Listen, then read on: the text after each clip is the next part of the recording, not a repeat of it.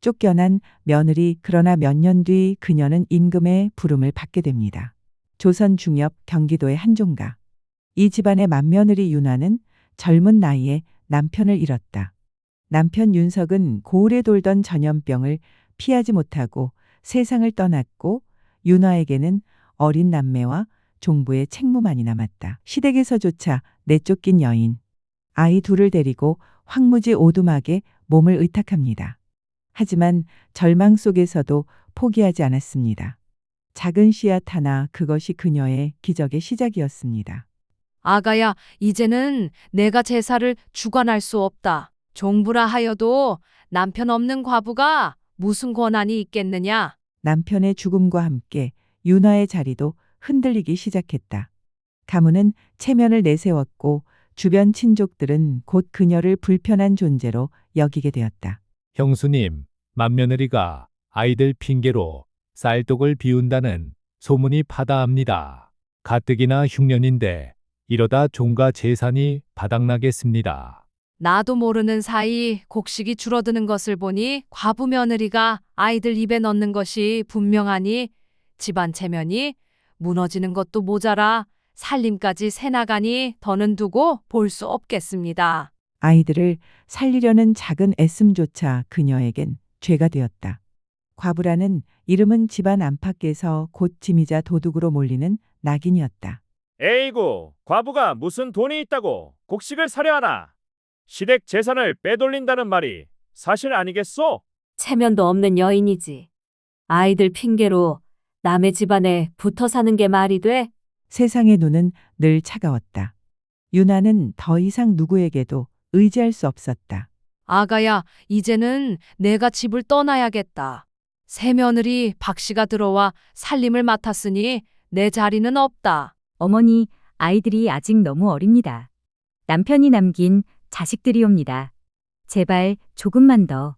아이들을 핑계 삼아 집안을 좀먹을 셈이냐. 과부가 오래 붙어 있으면 가문이 비웃음을 받는 법이오. 내일 해 뜨기 전에 떠나는 것이 옳다. 가문의 체면은 지켜야 한다. 더는 미룰 수 없다. 윤아의 호소는 끝내 닿지 못했다. 그녀가 쫓겨나는 이유는 단 하나, 체면이었다. 그리고 체면은 아이들의 굶주림보다 며느리의 눈물보다 무겁게 여겨졌다. 남편의 죽음보다 더 참혹한 순간.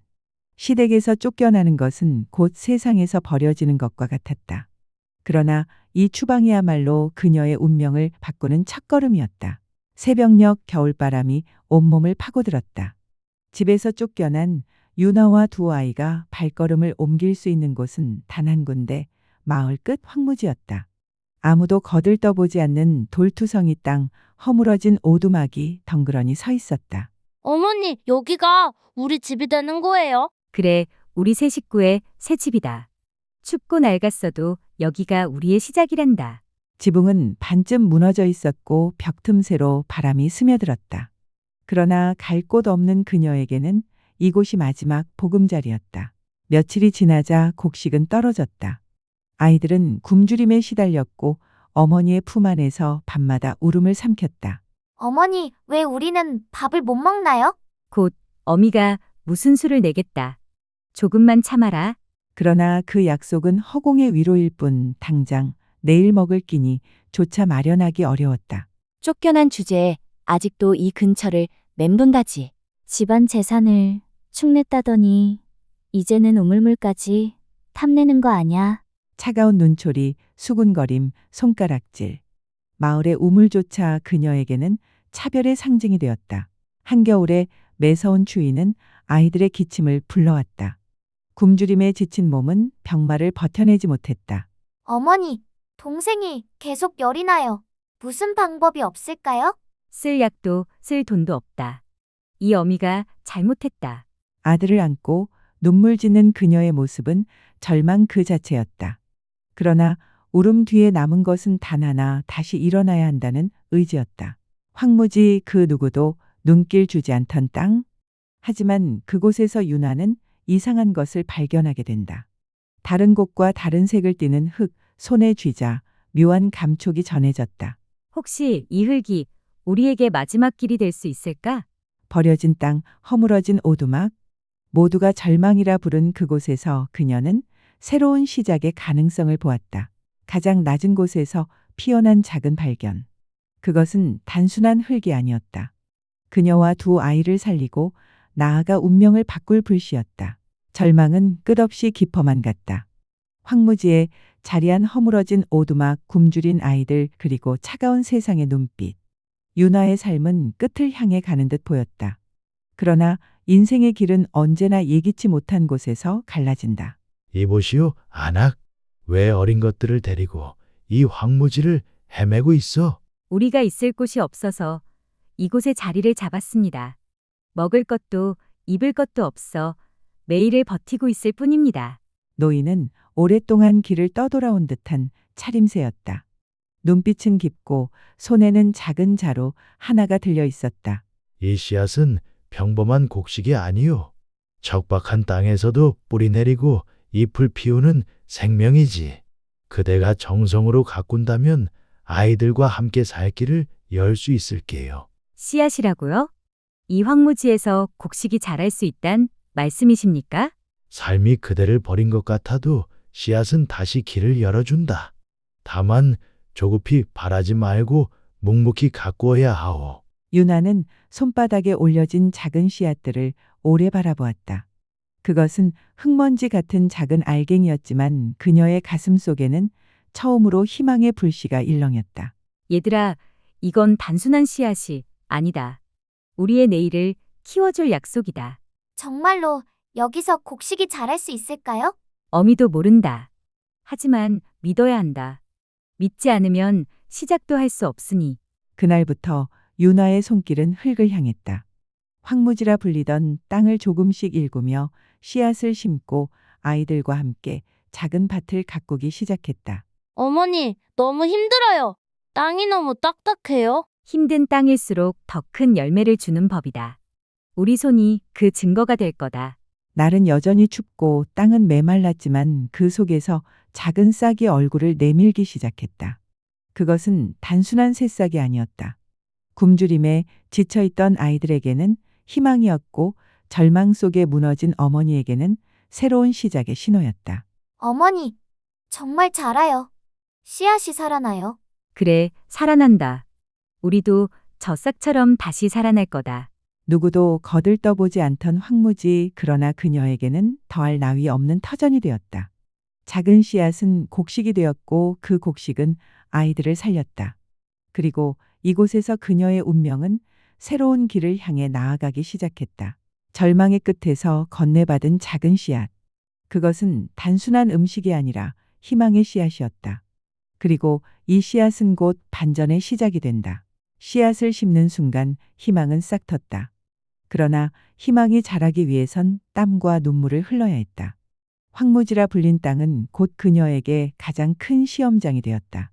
어머니, 땅이 너무 단단해요. 씨앗이 어떻게 자라나요? 쉽지 않다.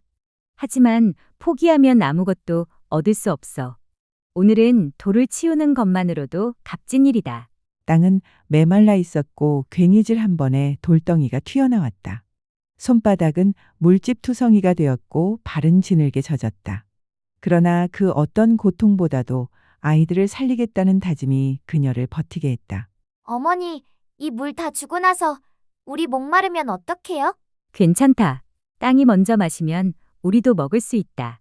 이 흙이 살아야 우리가 산다. 아이들 입에도 들어가지 못할 물을 그녀는 먼저 땅에 부어주었다. 그 모습에 아이들도 고개를 끄덕이며 함께 물을 나르기 시작했다. 어머니, 싹이 다 쓰러져요. 안 된다. 다시 일어서야 해.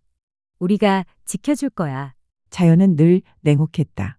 싹은 바람에 꺾였고 땅은 빗물에 휩쓸렸다. 그러나 그녀는 무너진 싹을 다시 세우며 포기하지 않았다. 바람이 꺾을 수 없는 것은 그녀의 의지였다. 어머니, 이렇게 힘들게 해도 꼭 자라날까요? 사람도 땅도 다르지 않다. 정성 들이면 반드시 응답한다. 오늘 쓰러져도 내일은 다시 선다. 굶주림과 추위, 실패와 좌절. 그러나 그 끝마다 그녀는 다시 일어섰다. 아이들 앞에서 무너지지 않으려 이를 악물고 땅을 일구었다. 어머니, 자라요. 우리 씨앗이 정말 자라요. 그래, 살아난다. 땅도 우리도 다시 살아난다. 그녀의 손길과 아이들의 웃음이 황무지를 바꾸었다. 버려진 땅은 이제 작은 밭이 되었고 그것은 단순한 곡식이 아니라 새 식구의 생명줄이었다. 씨앗은 땅을 바꾸고 땅은 사람을 바꾼다. 황무지에서 움튼 초록빛은 이제 단순한 생존이 아니라 더 큰 길로 향하는 발판이 되고 있었다. 버려진 땅에서 기적처럼 자란 곡식은 그녀와 아이들의 배를 채워주었다. 그러나 그것만으로는 살 길을 열 수 없었다. 유나는 더 큰 도전을 준비했다. 황무지 곳곳에 숨은 약초와 향신료를 찾아내는 일이었다. 어머니, 이 풀은 왜 냄새가 이렇게 독해요? 그건 병든 자의 기침을 가라앉히는 약초란다. 쓸모없는 풀처럼 보여도 사람을 살리는 힘이 있지. 그럼 이건요? 맛이 매워요. 그건 고기를 오래 두어도 상하지 않게 하는 향신료란다. 시장에 내놓으면 사람들이 기뻐할 거야. 남들이 눈여겨보지 않던 풀과 뿌리에서 그녀는 가치를 발견했다. 그것은 단순한 곡식보다 훨씬 귀한 생명의 자원이 되었다.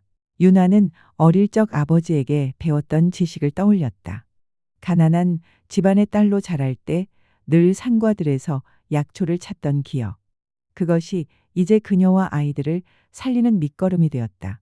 이곳에 귀한 약초와 향이 있습니다.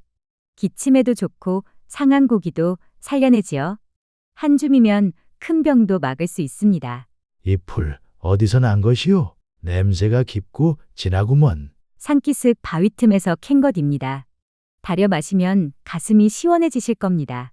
은전 한 잎을 주며 그럼 이걸 주겠네. 내 손자의 기침에 써보리다. 그것은 아주 작은 거래였지만 유나에게는 세상을 다시 열어준 첫걸음이었다. 지난번 약초가 참 효과가 있더이다. 이번에도 더 주시오. 이 향신료는 처음 보는 거라오. 냄새가 진국이구먼. 내 가게에서 팔아보겠소.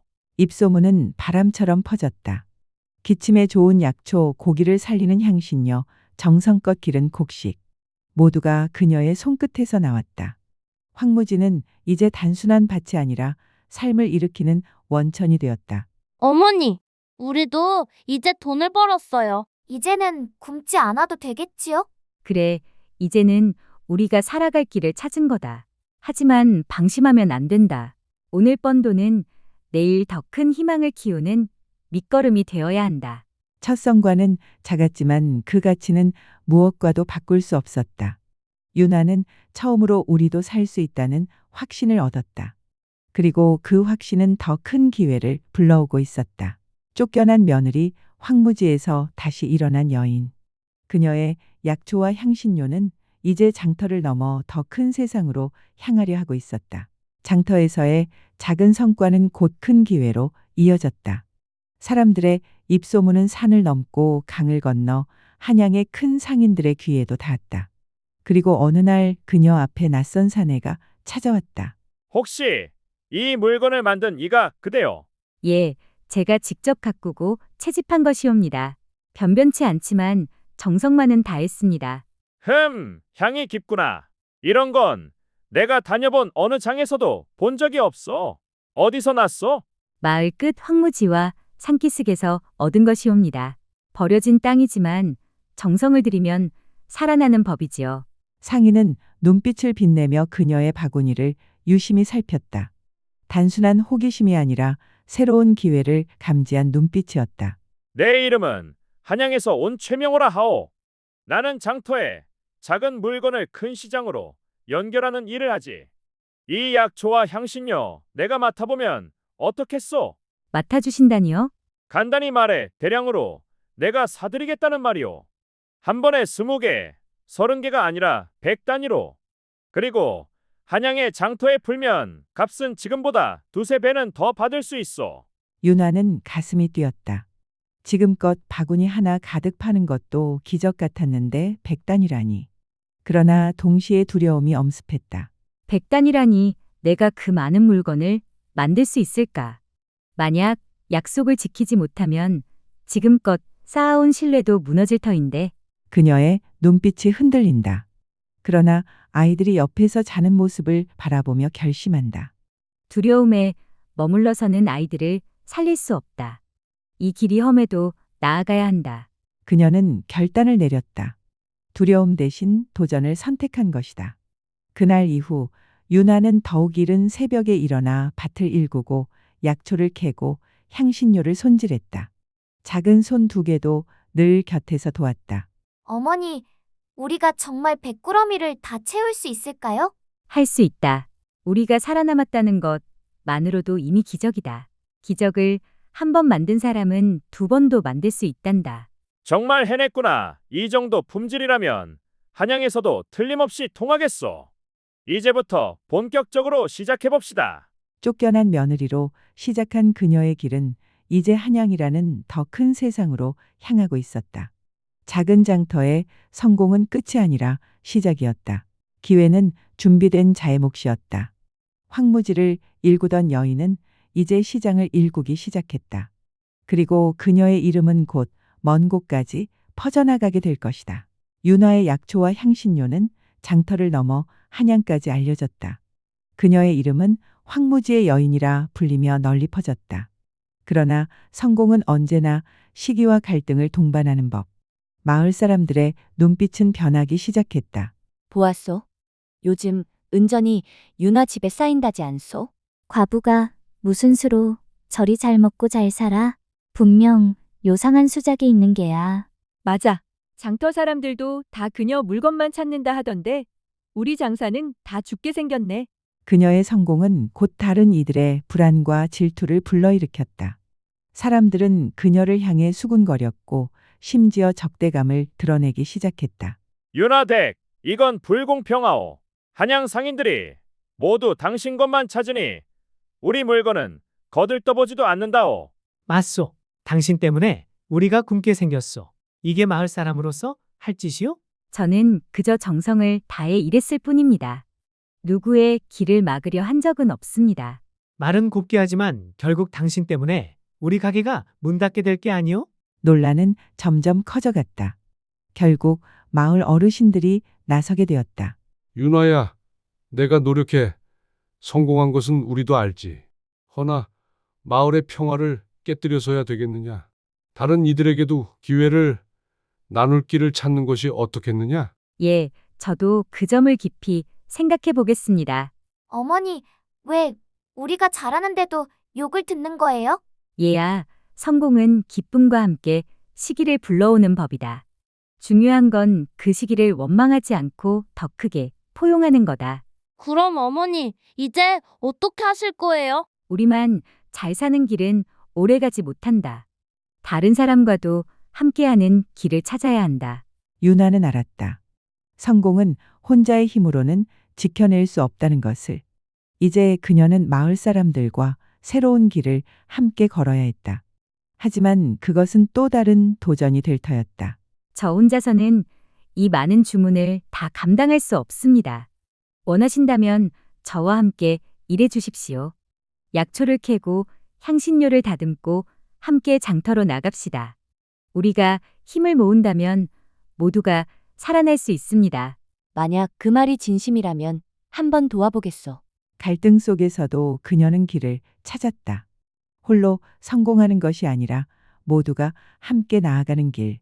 그러나 그녀의 앞에는 여전히 더 큰 시험이 기다리고 있었다. 그 시험은 권력의 중심에서 다가오고 있었다. 황무지를 일구던 과부의 손길은 장터를 넘어 한양에 닿았다. 그리고 마침내 그 소문은 궁궐 담장을 넘어 왕의 귀에까지 들어가게 되었다. 전하께서 기침이 잦으시다. 약방에 처방도 시원치 않다 하셨는데 소인들은 이 남쪽 시골에서 약초를 다루는 여인의 물건이 효험이 크다 하더이다. 장터와 한양 장사꾼들이 모두 그 약초를 찾는다 하옵니다. 허면 그 여인을 불러 전하께 직접 올리게 하는 것이 어떻겠는가? 며칠 후 윤화의 오두막에 궁궐 관리가 찾아왔다. 이곳이 바로 윤화댁인가? 전하께서 그대의 약초와 향을 직접 보고 싶어 하신다. 내일 새벽 한양으로 떠날 준비를 하라. 소인 같은 천한 여인을 임금께서 부르신단 말씀이옵니까? 그대의 물건은 천하지 않다. 정성으로 빚은 솜씨라면 신분을 따질 까닭이 없다. 유나의 마음은 설렘과 두려움으로 흔들렸다. 임금 앞에서 실수를 한다면 지금까지의 모든 것이 물거품이 될 수도 있었다. 어머니, 궁궐에 가면 임금님을 뵙는 거예요? 임금님도 정말 어머니 물건을 좋아하실까요? 어머니는 궁궐에 가도 달라지지 않는다. 내가 가진 건 화려한 솜씨가 아니라 정성뿐이니 그것으로 전하를 뵙겠다. 드디어 운명의 날, 황무지의 며느리는 조선의 심장부 궁궐에 들어섰다. 그대가 바로 그 소문의 여인이로구나. 고개를 들라. 그대의 약초와 향신료가 사람들을 살렸다고 들었다. 직접 가져온 것이 있느냐? 예, 전하. 황무지에서 자란 풀과 씨앗으로 만든 약차와 향이옵니다. 비록 누추하오나 정성만은 가득 담았습니다. 약간 의심스러운 표정으로 컵을 입에 대고 약차를 조심스럽게 한 모금 마셨다. 즉시 시원한 안도감이 목을 감쌌고 놀랍게도 며칠째 괴롭히던 고질적인 기침이 완전히 사라졌다. 병으로 흐릿했던 그의 눈이 놀라움에 크게 떠졌다. 신묘하다. 이 깊은 맛과 향은 어디서 비롯된 것이냐? 버려진 땅에서도 씨앗은 살아나듯 사람도 정성을 다하면 다시 일어날 수 있다는 뜻을 담았사옵니다. 임금은 한참 동안 아무 말 없이 유나를 바라보았다. 그리고 마침내 미소를 띠며 고개를 끄덕였다. 그대는 단순히 약초를 다루는 자가 아니다. 절망 속에서도 희망을 피워내는 진정한 장인이구나. 앞으로 왕실의 약초와 향을 전담에 맡아 달라. 소인에게 너무 큰 은혜를 내리시옵니다. 평생을 충심을 다하겠습니다. 황무지의 며느리 버려진 과부 유나는 마침내 조선의 왕실에서 인정받는 존재가 되었다. 그러나 이 영광은 끝이 아닌 새로운 시작이었다. 그녀의 길은 이제 더 많은 이들과 나누어야 할 길로 이어지고 있었다. 버려진 씨앗이 황무지를 바꾸었듯 한 여인의 정성이 나라의 심장을 움직였다. 그러나 진정한 성공은 부귀가 아니라 그 길을 함께 나누는 데 있었다. 궁궐에서 인정받은 유나는 더 이상 버려진 과부가 아니었다. 이제 그녀는 왕실의 약초와 향을 전담하는 어머니이자 조선이 자랑하는 장인이 되었다. 그러나 그녀는 부와 명예에서 멈추지 않았다. 저분이 유나댁이 맞소. 이제는 한양에서도 이름이 자자하다더니. 정말 대단하구나. 버려진 며느리가 이제 나라를 살리는 이가 되다니. 저를 버리고 비웃었던 이도 저를 도와주었던 이도 모두 제게는 은인이옵니다. 오늘 제가 가진 것을 나누고자 돌아왔습니다. 그녀가 가장 먼저 찾은 곳은 바로 시댁이었다. 얘야, 우리가 큰 죄를 지었다. 그때 너를 내쫓았기에 오늘 이렇게 빛날 수 있었을지도 모르지. 부디 용서해다오. 어머니, 이미 지난 일입니다. 그날에 고통이 있었기에 오늘 제가 이 자리에 설 수 있사옵니다. 이제 서로 원망하지 말고 새롭게 살아가시죠. 유나의 관용은 시댁을 울렸고 마을 사람들의 마음을 움직였다.